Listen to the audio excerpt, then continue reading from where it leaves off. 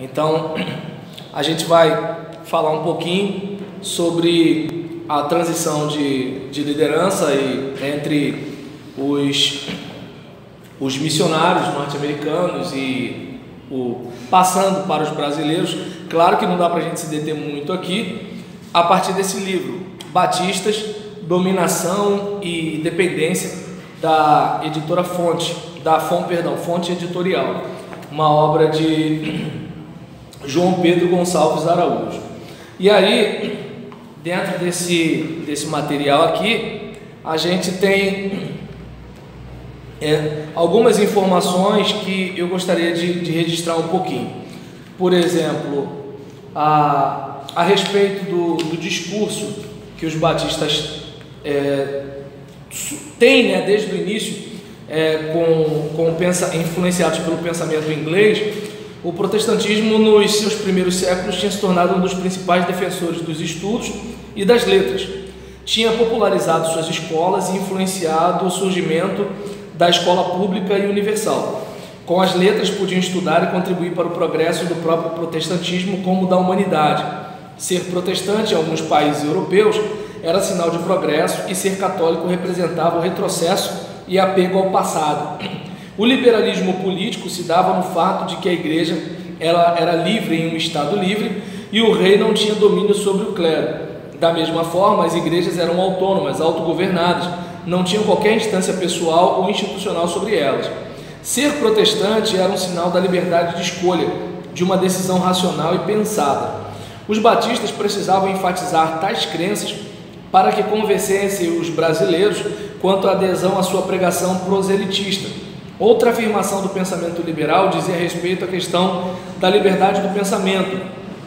Isso quer dizer que esse grupo, como descendente do liberalismo filosófico e político do século XVII, junto com as ideologias norte-americanas da livre iniciativa e do homem que se faz a si mesmo, ensinavam que o homem era livre para acreditar e expor seus pensamentos, independentemente das pessoas e meio em que vivia. Tinha liberdade também para interpretar sozinho a Bíblia, sem interferência de qualquer igreja ou grupo religioso. Deixa eu ver aqui. Isso. E aí, na prática, todavia, tais ideias se mostraram contraditórias na vida das pessoas que acreditaram na propaganda batista. Uma vez que alguém tenha feito uma decisão de aderir ao grupo e seguir sua mensagem, teria, a partir de então, um treinamento e adestramento do pensamento e uma limitação da sua liberdade. Não sou eu falando, tá, gente? Amigo. Quem está falando é João Pedro Gonçalves Araújo.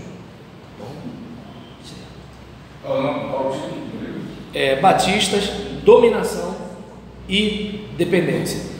E aí isso se daria por um programa de ensino sistemático através da escola dominical e por uma vigilância dos usos e costumes por parte da liderança da congregação local. Em outras palavras, os batistas, quando falavam de liberdade, restringiam o conceito do termo e aplicavam apenas como fundamentação para a propagação da sua mensagem. Até porque vocês talvez não viram isso, mas assim, há alguns anos atrás, gente que foi excluído por causa de usar calça comprida ou por causa de chutar uma bola na parede, né? Coisas do tipo. E aí, nesse caso, apesar da propagação de uma mensagem de liberalismo. Liberalismo aqui não teológico, tá, gente? Não vamos, pelo amor de Deus. Toda vez que eu falar liberalismo, não pense no liberalismo que sai da boca do Paulo Júnior, do Augusto Nicodemos. O liberalismo que eu estou falando aqui é liberalismo inglês. Deu, tranquilo? Tamo junto? Então beleza. Aí nesse caso aqui, a respeito disso, a gente observa que a liberdade do adepto terminava quando o indivíduo a exercia no ato voluntário de querer seguir. A partir de então, não lhe restava outra coisa senão se submeter aos ensinos e práticas trazidas e impostas pelos missionários. Ele está dizendo, não eu. Diz ele, não eu. E aí nisso, o que se afirmava daquele que vinha do catolicismo para a Igreja Batista pode-se afirmar em relação àqueles que já participavam de uma outra denominação protestante, como os presbiterianos e metodistas, e desejavam migrar para o grupo dos batistas. As práticas exclusivistas dos batistas, conforme veremos adiante, foram responsáveis em parte pelas resistências, a gente já falou isso lá atrás, e acusações de que foram alvos os missionários no Brasil e seus adeptos mais fervorosos. E continuando aqui, peraí, deixa eu só...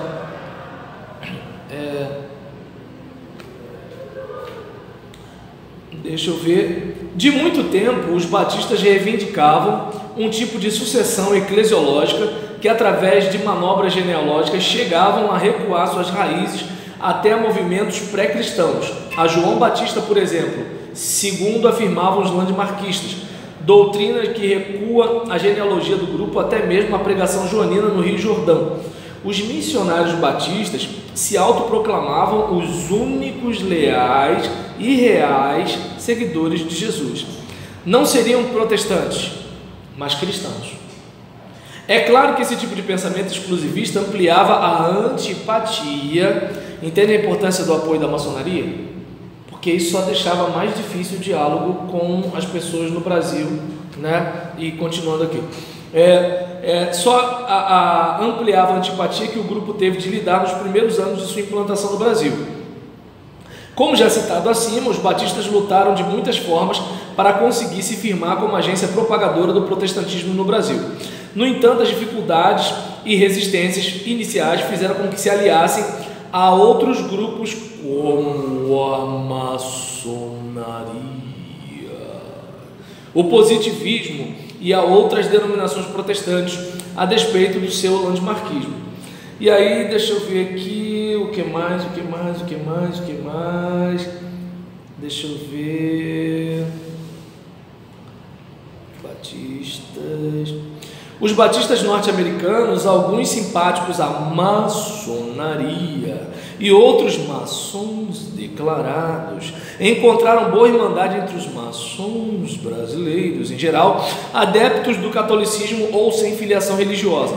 Quando os conflitos de interesses entre a implantação do protestantismo no Brasil se avultavam com a resistência católica, a fidelidade à maçonaria dos brasileiros, enquanto participantes de um movimento transnacional, falou mais alto a favor do protestantismo dos norte-americanos. Isso fez com que a maçonaria se envolvesse em uma questão religiosa entre 1872 e 1875, de grande repercussão nacional. Os poucos protestantes no Brasil souberam tirar proveito desses conflitos. Junto à maçonaria, católicos pertencentes à elite dirigente do país, conhecedores e influenciados que foram pelo pensamento liberal francês, não confundir com o liberalismo teológico, por favor, mais uma vez, também deram apoio à causa dos protestantes, como escreveu Crabbett em 1937, na página 71. Muitos católicos liberais, dotados de espírito de justiça, desejavam para os evangélicos a mesma liberdade de culto que eles mesmos gozavam. Os maçons que estavam no poder eram campeões da liberdade política e religiosa. Além da maçonaria, a destituição do regime monárquico português e a consequente passagem para o republicanismo nos mesmos moldes do que se praticava nos Estados Unidos era outro ponto a ser contado a favor dos batistas, ainda que de forma contida.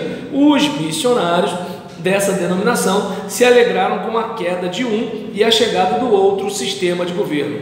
A queda da monarquia e o estabelecimento da república trouxe muitas mudanças favoráveis ao trabalho. Esperavam os missionários muitas vantagens do regime republicano. Citação de Crabbett.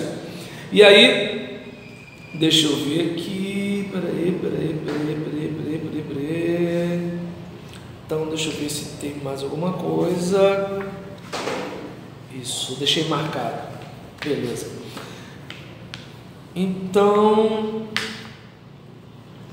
deixa eu ver aqui. Opa.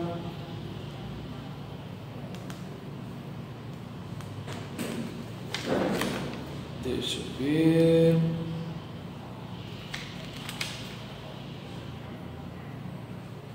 Bem, Um constante foco de resistência e lutas internas entre os batistas se deu com relação à questão da maçonaria.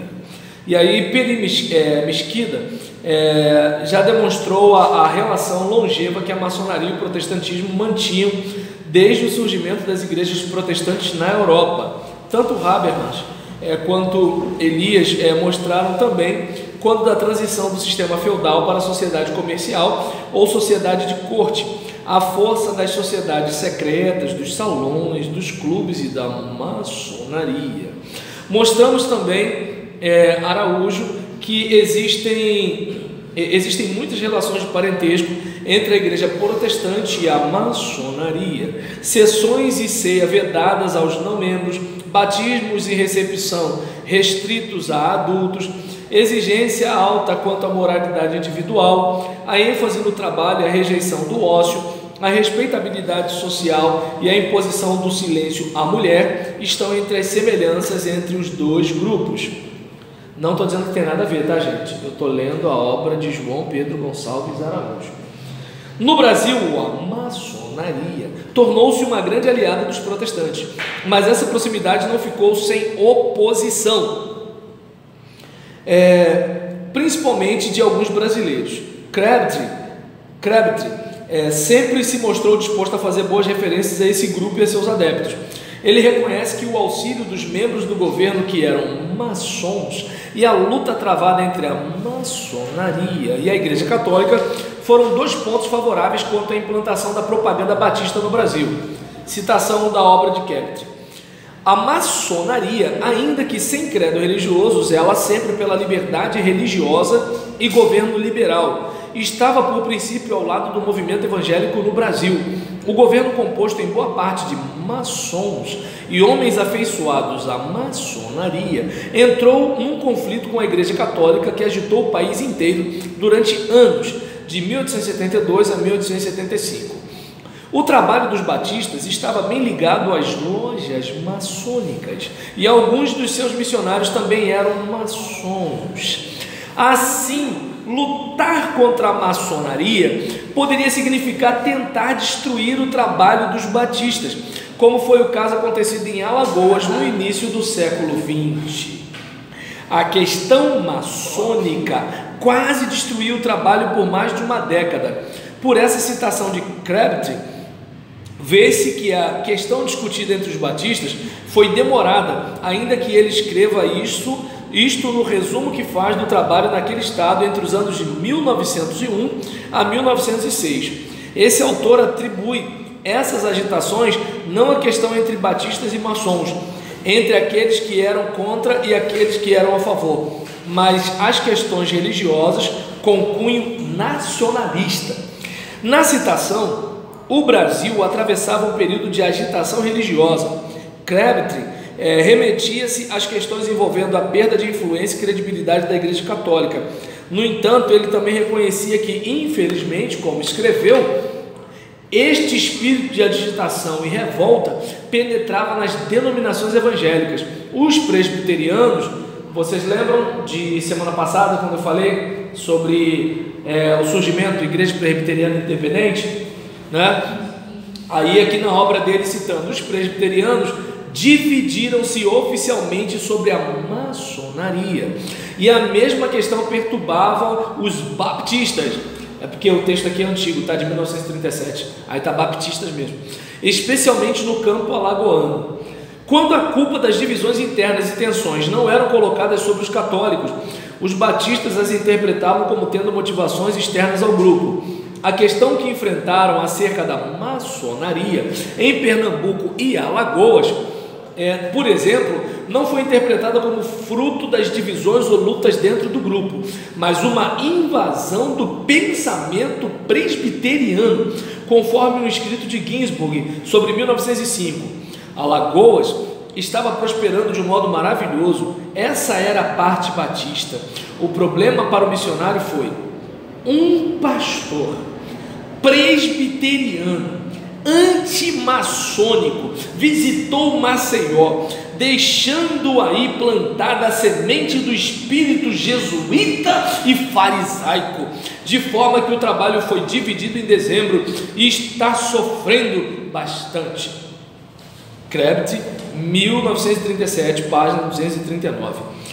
Neste caso, como já vimos, o problema com a maçonaria não era interno aos batistas, mas culpa de um pastor presbiteriano, externo, portanto. Pela referência feita a esse pastor, além do ranço antipresbiteriano, o batista igualmente maçom, Ginsburg, relata a sua raiva contra o presbiteriano antimaçônico, chamando-o de jesuíta e fariseu. Quer dizer, a simpatia de Ginsburg à maçonaria levava-o a considerar um antimaçônico com o pior dos qualitativos, os hereges jesuítas católicos e os igualmente heréticos judeus. Os presbiterianos tiveram uma grande questão com a maçonaria, o que levou à divisão da denominação no início do século XX, falamos na semana passada. Quem se posicionou contrariamente à maçonaria dentro do presbiterianismo ficou sem a bênção do sustento financeiro vindo dos Estados Unidos. Aí, os presbiterianos independentes, grupo contra a presença da maçonaria nas igrejas presbiterianas, sempre permaneceram pequenos no que se refere ao número de suas igrejas ao longo do século XX. No início do século XXI, estando ainda separados em virtude da questão maçônica, representavam talvez 1/3 em número de adeptos dos presbiterianos nacionais, o grupo que ficou fiel à maçonaria e à orientação dos presbiterianos dos Estados Unidos. Aí, oi. Deixaram de receber o financiamento de quem? Estados Unidos. Não, o senhor falou que esse grupo que estava contra deixou de receber o financiamento de... Peraí. Ele disse que eu falando Rothschild. Não, foi Estados Unidos mesmo. É que eu falei rápido, falei Estados Unidos, entendeu? Aí nesse caso, entre os batistas, a agitação também trouxe as suas divisões. Um grupo antimaçônico, mas rapaz, tinha gente que era contra a maçonaria, rapaz. E aí nisso, um grupo antimaçônico foi excluído da primeira igreja batista do Recife, no primeiro período em que os presbiterianos se dividiram. Para Krept, como já fizemos referência, tentava diminuir ou anular as dissidências internas ao atribuir toda a questão de nacionalismo político. Assim, esse autor queria passar a ideia de que os batistas não tinham divisões, manobras políticas, pressões econômicas, dissidências e lutas pelo poder. Que benção! E aí, nisso, alguém acorda nisso? E aí, nesse caso, desviando-se do tema da maçonaria, questões nacionalistas e econômicas acabaram se solidificando com a interpretação oficial da situação, né? E aí, nisso, o nacionalismo muito agravou a situação dos arraiais batistas. Os próprios missionários contribuíram para isto quando decidiram retirar o auxílio caso a igreja recusasse revogar o que deliberara relativamente à maçonaria. Era natural então que a igreja respondesse com o agradecimento pelo auxílio que tinha recebido da missão. O trabalho batista alagoano quase ficara naufragado por este movimento. História. Pela citação de Krept, vê-se que a questão, ao ser resolvida, acabou por aumentar a cisão no meio do grupo batista em Alagoas, até porque o voto vencido nem sempre, aceita de boa, E aí, nesse caso, tal solução não é que nem hoje, que a gente é voto vencido e a gente aceita a decisão da igreja, ninguém vai para outra igreja, ninguém briga, nada disso. Mas antigamente o pessoal tinha um pouco mais de dificuldade.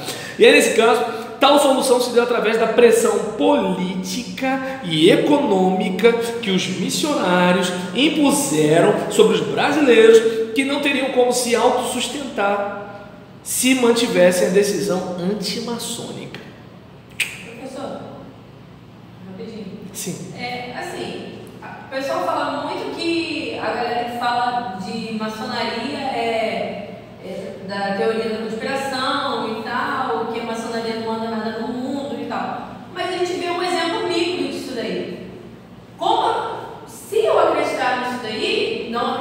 aí, eu também não posso. Aliás, se eu acreditar que isso aconteceu e é registrado, isso.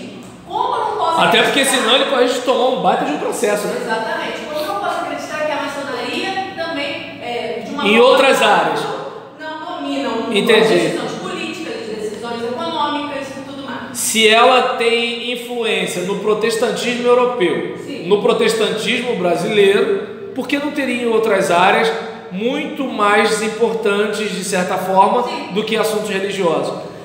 Assim, o problema é que, como é que eu posso dizer?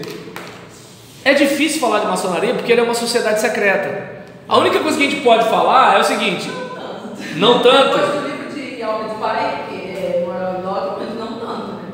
Mas eu não cheguei a ler. Então aí no caso, por exemplo, em relação a isso, qual é a parte complicada? O que a gente tem é depoimento de terceiros, não é uma coisa que a gente pode chegar e ver. Entende? É como, por exemplo, digamos, se a gente quiser saber como é a sua igreja, a gente vai lá, a gente vê como as coisas são, entende? Se a gente quiser agendar, bater um papo com o pastor, a gente agenda, faz algumas perguntas a ele. Agora, por exemplo, se você chegar numa situação dessa, o cara vai falar: isso aqui a gente não pode falar, isso aqui não pode falar. Mas ir para Fomé é algo que praticamente todo mundo é um fato ali, aquele deus andrógeno ali deles, que tipo, o Gadu, Bafomé, como o senhor quiser. Não, eu não quero nada. O que acontece é que assim, eu só conheci o Gadu, entendeu? Eu não sabia que tinha o Bafomé.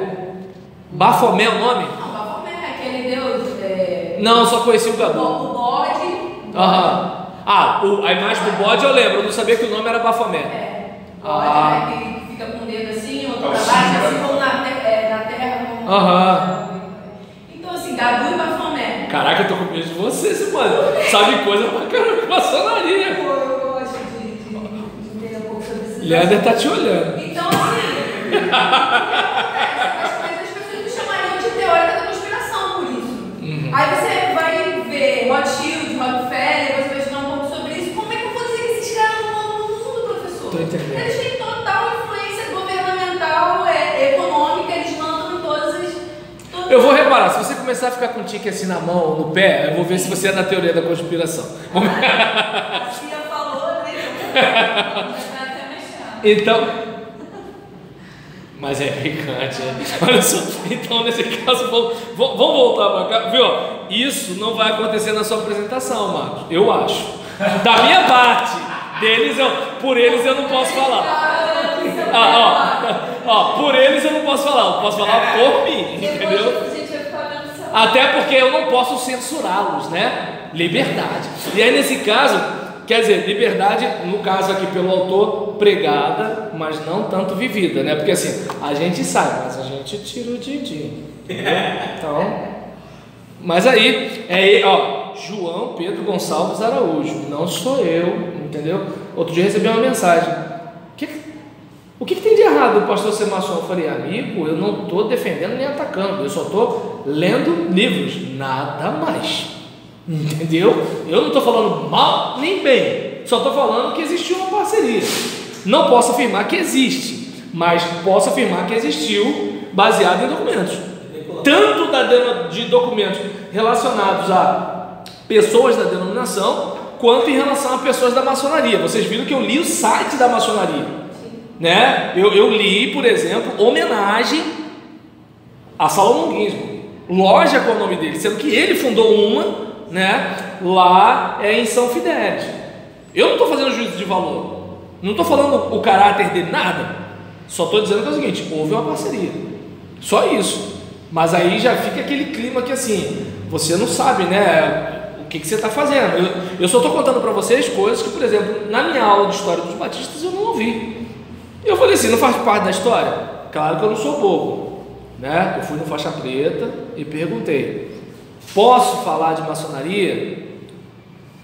Professor, você tem liberdade de cátedra. Eu falei: então tá bom, né? Então, aí nesse caso, enquanto eu estiver na cátedra, estou com o livro aqui. E vamos lá. E nesse caso, em relação ao que a gente observou aqui, deixa eu ver onde nós paramos. Situação de Alagoa, né? E aí nisso, deixa Deixa eu ver.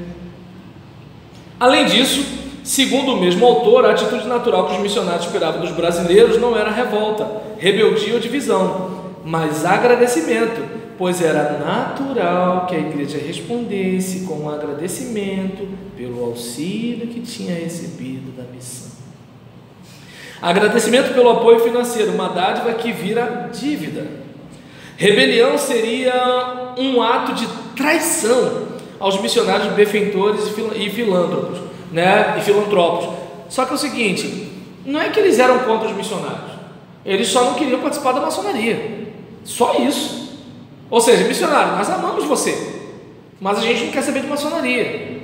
Aí o missionário, mas eu sou maçom. Tá, a gente aceita você, mas a gente não aceita a maçonaria. Então, estou indo embora, né? Vamos lá. E aí, nesse caso, certamente a questão maçônica deixou suas marcas entre os batistas. Para contornar a situação, os missionários usaram da força que o capital econômico vindo dos Estados Unidos tinha nas igrejas batistas do Brasil.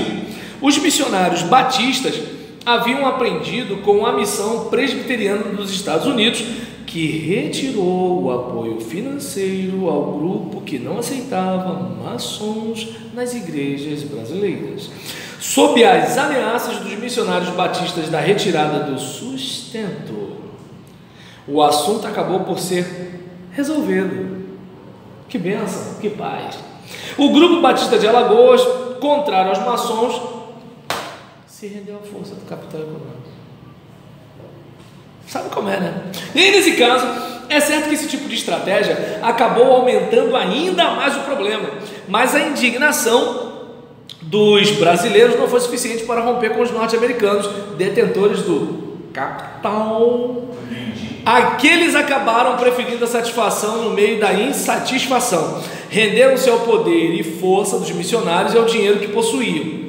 E aí, os próprios missionários contribuíram para isto quando decidiram retirar o auxílio caso a igreja recusasse revogar o que deliberara relativamente à maçonaria.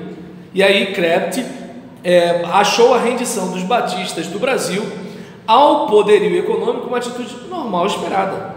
Para quem é sustentado com o dinheiro do outro, a submissão é natural. Mais natural ainda é agradecer a bondade de quem sustenta. Mas se parássemos aí, ficaríamos entendendo que o grupo simplesmente abaixou a cabeça e submeteu. Na lógica batista, o grupo pró-maçonaria saiu vitorioso, principalmente porque incluiu as questões patrimoniais, fator de grande importância para o grupo. Mas na continuidade do relato de Krebs, o grupo que se submeteu foi mínimo em relação ao que não aceitou a pressão do argumento econômico. Apenas 17 dos 240 membros da igreja de Maceió e mais ou menos metade dos membros das outras igrejas ficaram com a missão. A causa evangélica perdeu o seu prestígio e o povo, a confiança na religião protestante. Este estado de coisas permaneceu por alguns anos. O missionário R. Pettigrew e o pastor Almeida Sobrinho conseguiram estabelecer em 1909 bases de confraternização entre os dois grupos de igrejas. Surgiu-se um período de cooperação harmoniosa que resultou na fusão completa das igrejas em janeiro de 1910. E 1910, lembrei do hino do seu time, né? Ah, não, você não é Botafogo não, né? É ele? Desculpa, foi mal. Tá. Mais uma vez, como tem feito ao longo do seu livro, Krebs ameniza a situação atribuindo as cisões no meio batista, dissertando acerca dos termos independência e dissidência. Segundo esse autor, a democracia contribuiu para que houvesse a dissidência, mas isso só ocorre quando há falta de compreensão do que seja a verdadeira democracia. Krebs sabe que seu livro funcionaria no meio batista como relato oficial da história do grupo. Há, contudo, um relato revelador de Taylor, citado no livro de Beth Antunes, na página 567, 568, com as seguintes palavras: fortes na prosperidade e fracos na adversidade. É sempre triste contar as nossas adversidades como missionários. Assim, a estratégia de esconder, de velar os problemas enfrentados entre brasileiros e missionários e entre os missionários da missão de Richmond não era incomum entre eles. Então a gente percebe, né, que assim, era aquela coisa, vamos contar o lado bonito do trabalho missionário e não as coisas difíceis como essas que estão aqui, que sempre tem um que vai cavar para contar, né? E às vezes tem um doido que ainda quer ler isso para os aspiras, né? Mas assim, espero que não me dê mal por estar contando isso para vocês. E aí nesse caso, em relação internet, de acordo, agora fiquei, depois do que a Simone falou, tô até com medo, vai que de repente tem alguém me vendo em algum lugar, tem um cara lá em São João de Meriti, esse, né? Ixi, para de me botar medo. Aí nesse caso, aí nessa situação aqui, brincadeiras à parte, né, gente? Assim, eu não vou nem para o extremo, mas também não vou para o outro. Eu acho que assim, eu não posso falar muita coisa negativa porque eu não sei quase nada. Mas eu também não vou falar. Aí, tá vendo isso aí? Tem que cuidar dos seus filhos. Aí nesse caso, mas eu também não vou ficar falando muita coisa positiva, se assim, historicamente tem alguns dados que, né? E aí, dada a situação, o trabalho e a pessoa do missionário devem ser desculpáveis, bem como o esforço que fizeram como fizeram. O uso de expressões como o trabalho árduo do missionário, muitas responsabilidades, devem ser desculpáveis em virtude do amor e sacrifício que devotaram à causa. Então, a gente tem uma fala, né, do norte-americano em relação a posturas, né, como não podemos afirmar que qualquer outra orientação tivesse logrado melhores resultados. O autor termina por negar algum tipo de releitura de tudo o que foi feito. E aí, deixa eu ver aqui. Peraí. Deixa eu ver onde mais. Então, eu acho que aqui a gente para. Assim, os missionários são descritos como os heróis da fé, intrépidos, que deveriam ser lembrados, imitados, homenageados e honrados. Essa dívida dos brasileiros para com os norte-americanos se justificava ainda mais pelo fato de que alguns ainda viviam quando Crabtree escreveu o seu livro. Os seus nomes devem ser lembrados e honrados por tudo que fizeram. Sofrer diante da oposição de protestantes, presbiterianos e católicos era compreensível. Sofrer oposição e resistência diante dos adeptos brasileiros seria uma coisa impensável. Mais que honrar aqueles que tinham vindo e despendido a vida no Brasil, os brasileiros precisavam refletir se estavam sendo verdadeiramente honestos e gratos com os conterrâneos do escritor que virou pregador no final do livro. Então, e a gente percebe aqui um discurso, né, de que os missionários eram tudo, né, apesar de assim, depois veio a transição e alguns, né, queriam assumir, né, vamos assumir as instituições, vamos ter a nossa autonomia. E aí eu não sei se você percebe, eu pelo menos passei boa parte do meu período denominacional, quando eu comecei a me, né, enfiar nos ambientes denominacionais, de que assim, as coisas na denominação começaram a ficar prejudicadas depois que os americanos saíram. Mas aí até que ponto, né? Até que ponto os brasileiros eles foram treinados para serem independentes? Até que ponto eles foram treinados para eles administrarem o trabalho? E a gente só conhece as coisas pela história, e a história, né, assim, ela tem muito a ver com quem está narrando o fato. Por exemplo, até um tempo atrás, a primeira igreja batista do Brasil, ela era de Salvador. Bem recentemente que passou a ser a de Santa Bárbara do Oeste, de São Paulo. Então você percebe que assim, afinal de contas, o fato mudou? Não, o fato é o mesmo. As narrativas é que mudam, né? Então é como, por exemplo, eu vou falar um negócio aqui que, por favor, vocês podem até me julgar, né? Mas assim, eu não estou dizendo que eu sou a favor do ato institucional como aconteceu na ditadura, mas assistindo a entrevista do deputado federal com a jornalista na internet, o que ele estava falando não era o seguinte: temos que fazer. Não foi isso que ele falou. Ele falou que se a esquerda chegar numa radicalização, vai ter que ter uma medida radical também do lado de cá. Ele não disse assim, olha, vai fazer, vai acontecer, até porque ele é um deputado, ele não pode mandar em tudo, ele não é o rei. O presidente, olha a luta do Paulo Guedes aí, eu pergunto, que ditadura é essa, meu Deus? Não tem como. Mas aí o que você percebe? A gente repete, e daqui a pouco está todo mundo falando a mesma coisa. E aí você dá para perceber, gente, não sou esquerda, não sou direita, também não sou isentão, eu estou vendo tudo, né? O que eu sou mesmo é, sou marinheiro. 2022 a gente está lá. Ela só não pode ter o cabo da Ciolo para ela perder de novo. Mas assim, nesse caso, perder para o cabo da Ciolo é uma vergonha, né? Mas tudo bem. E aí nesse caso, raciocina comigo o seguinte: até que ponto a gente está defendendo o que é certo, ou a gente está simplesmente defendendo algo que assim, a gente só está repetindo? Como é que algum tempo atrás a primeira igreja batista era de Salvador? Como é que agora ela é de Santa Bárbara do Oeste? O fato é o fato, mas a narrativa é que é outra coisa, entendeu? É aquele caso, né? Que nem, por exemplo, outro dia, estou eu e a Gisele lá em casa, eu falei assim: Gisele, posso passar a mão em você? Porque vai que ela diz alguma coisa. Tá rindo, Benício? Tu tá rindo? Porque é o seguinte, se contar, tá rindo, é verdade. Se acontece alguma coisa, acabou, vão me linchar primeiro. Por quê? Narrativa. O fato é o fato, mas o que se conta do fato? Quais são as versões do fato?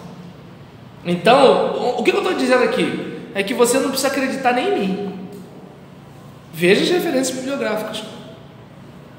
Beleza?